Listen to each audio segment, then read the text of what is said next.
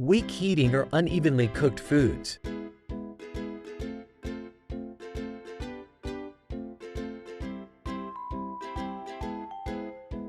Utensils are not microwave safe. Or, the cooking settings were wrong. Test utensils to make sure it is microwave safe. Place the vessel to be tested next to the measuring cup filled with water inside the oven.